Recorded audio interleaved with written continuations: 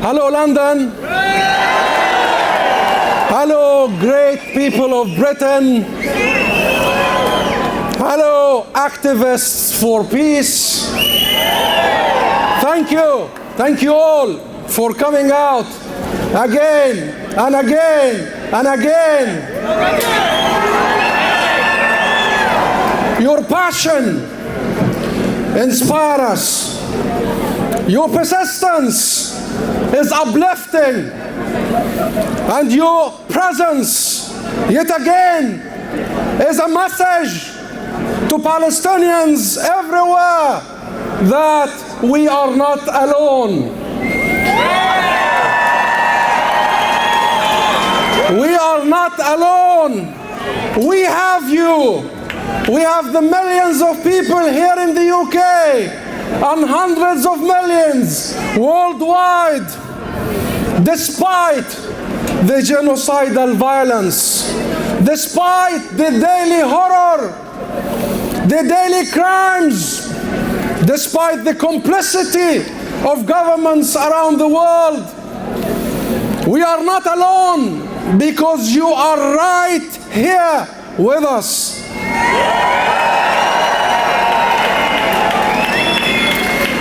You see what is happening. You are horrified at what is happening.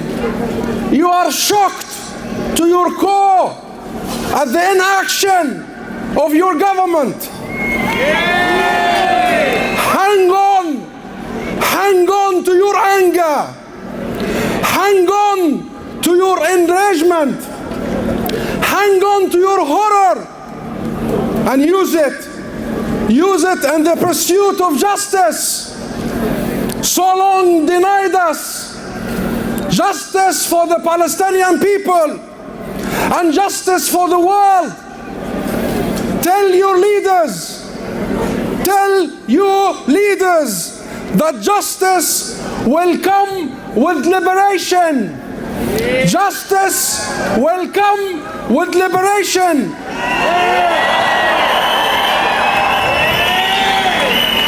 The liberation of the land and the people of Palestine.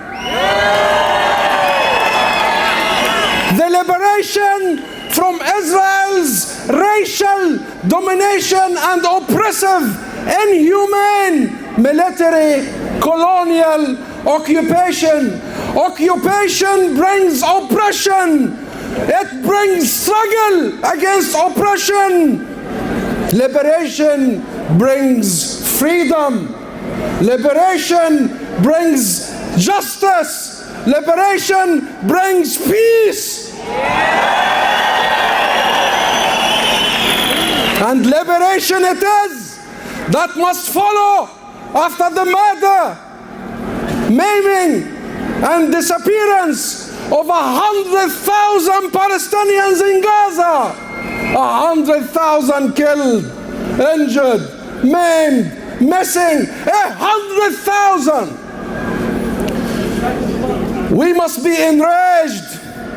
We must be angry. And now we are seeing Israel preparing for another push into Rafah, the great city of Rafah, the city of my birthplace, the great people of Rafah that has to accommodate 1.4 million Palestinians now sleeping in makeshift tents with nowhere left to go, in the cold, with no water, no food, no medicine, still being bombed, after being displayed over and over again in the last 4 months or so. My friends, fellow human beings, supporters, Israel wants to remove as many Palestinians as they can from Gaza and from the rest of Palestine. This is ethnic cleansing.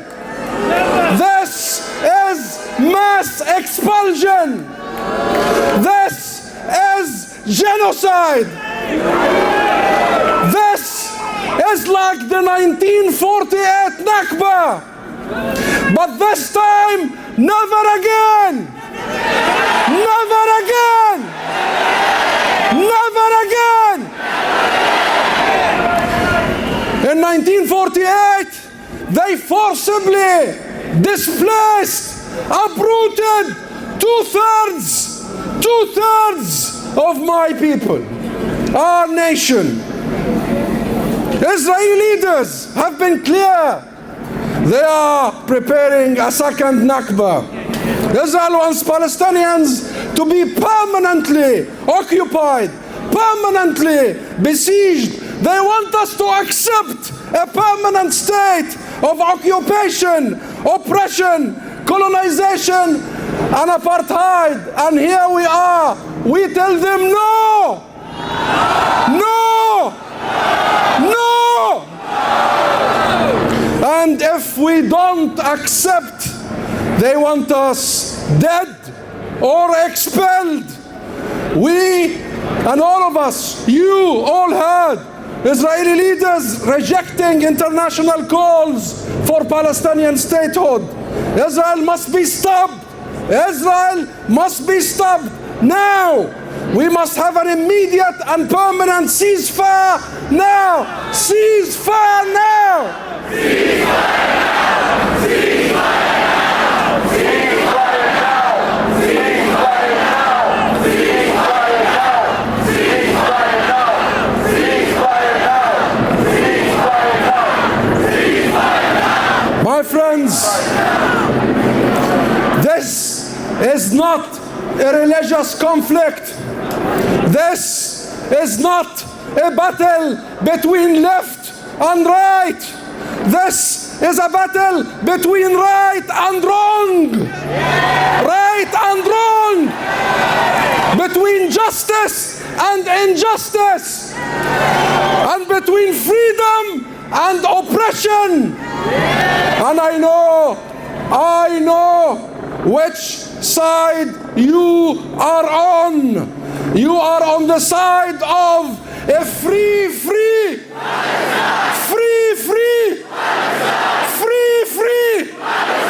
And no one can tell you this better than my friend, my dear friend, your next speaker, the very Reverend Dr. Manzar Ishaq from the Lutheran Church in Bethlehem.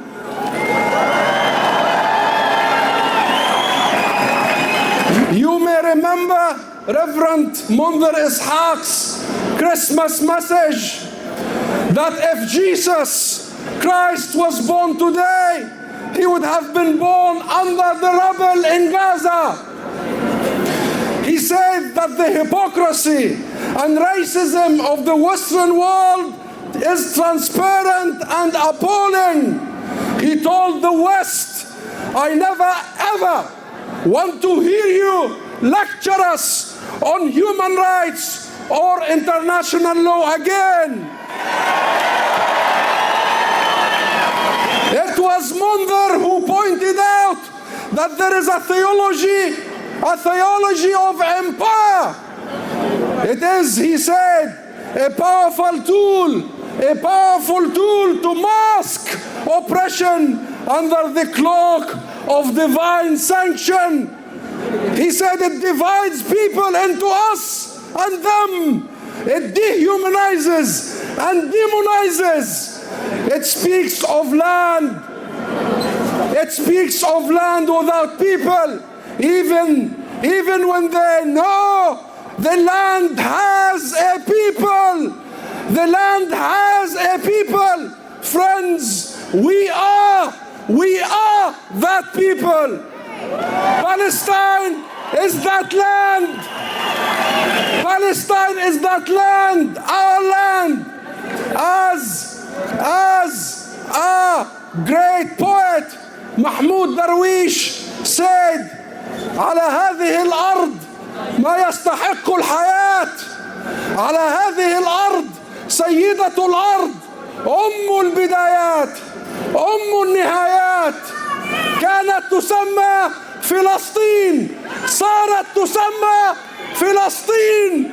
سيدتي أستحق لأنك سيدتي أستحق الحياة. And here, straight from Palestine, from Bethlehem, here is one of the best of us. Please give a huge, massive welcome to my dear friend, Reverend Dr. Monzer Ishaq.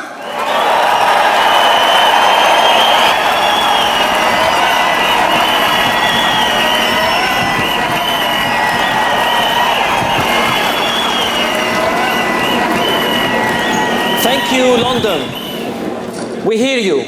Thank you for your support. And to be honest, you have been one of the very few signs of hope in these very, very dark days. I come to you as a proud Palestinian, and I bring you greetings from the birthplace of Jesus from Bethlehem in Palestine. And when I see your support, and when I see your passion for justice, I am assured that freedom is coming. I remember the words of Jesus. I remember the words of Jesus. Blessed are those who hunger and thirst for righteousness, for justice, for they shall be satisfied. We shall be satisfied. It has been far, far too long for us in Palestine. And today we say enough. Enough colonization, enough occupation, enough apartheid, enough of this siege. And today we say in one voice, stop this genocide.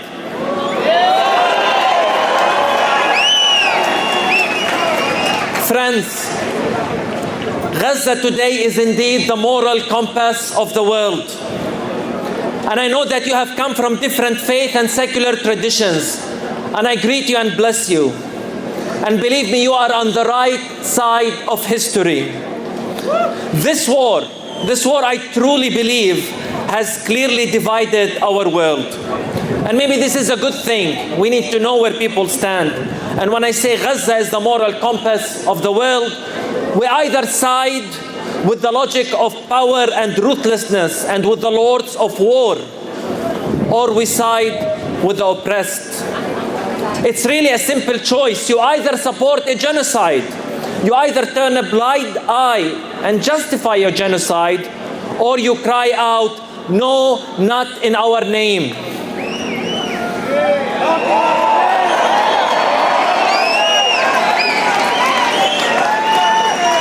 Gaza is a human cry. Gaza is a moral cry. This is not about politics. For if you are not shaken to your core by the brutal killing of more than 12,000 precious Palestinian children, it is on you. There is nothing we can do to help you. The world will not recover. Our humanity will not recover. And history will not be merciful, should not be merciful towards those who are complicit with the genocide. Their names are stained in history books. And as a man of faith, as a pastor, I am convinced that deep inside they will be haunted by the images of the children and mothers of Gaza. And we must make sure we keep reminding them, shaming them for their complicity and for their role.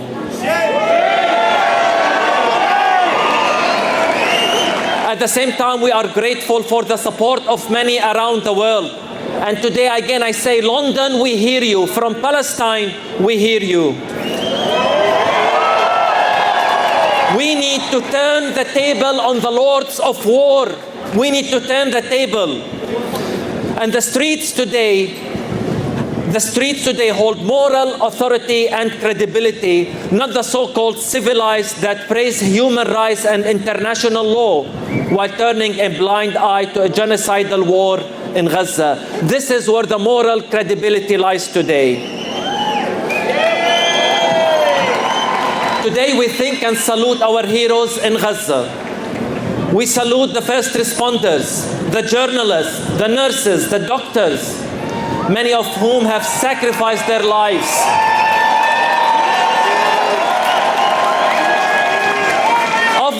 Of these heroes, we say the world was not worthy of them.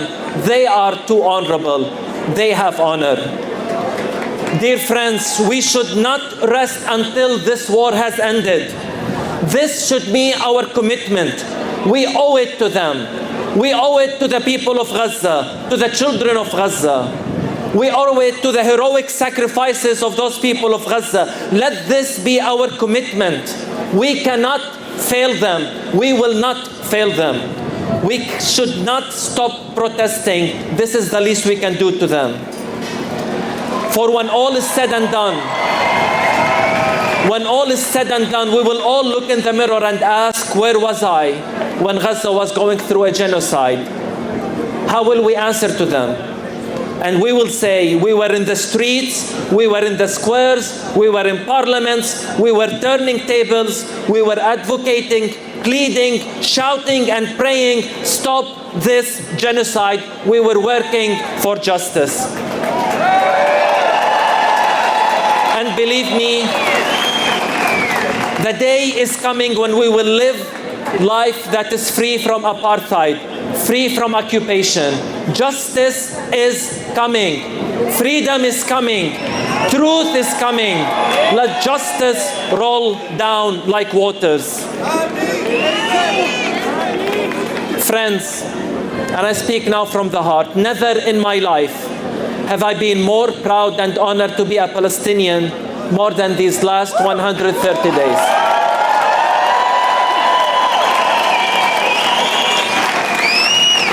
I am proud of our resilience, of our sumud. I am proud of our solidarity with one another, our unity. And when I say we will be okay and that we will recover, I say it because I know my people, I know who we are as Palestinians. Palestine is our homeland. We are deeply rooted in Palestine. And for those of you who are exiled around the world, I know that Palestine lives in you.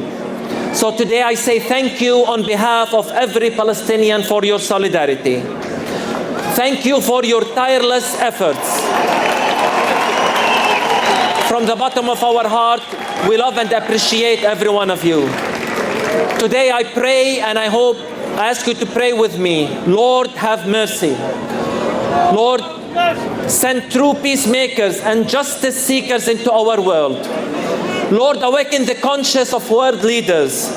Lord, stop this genocide. And we say together, stop this genocide.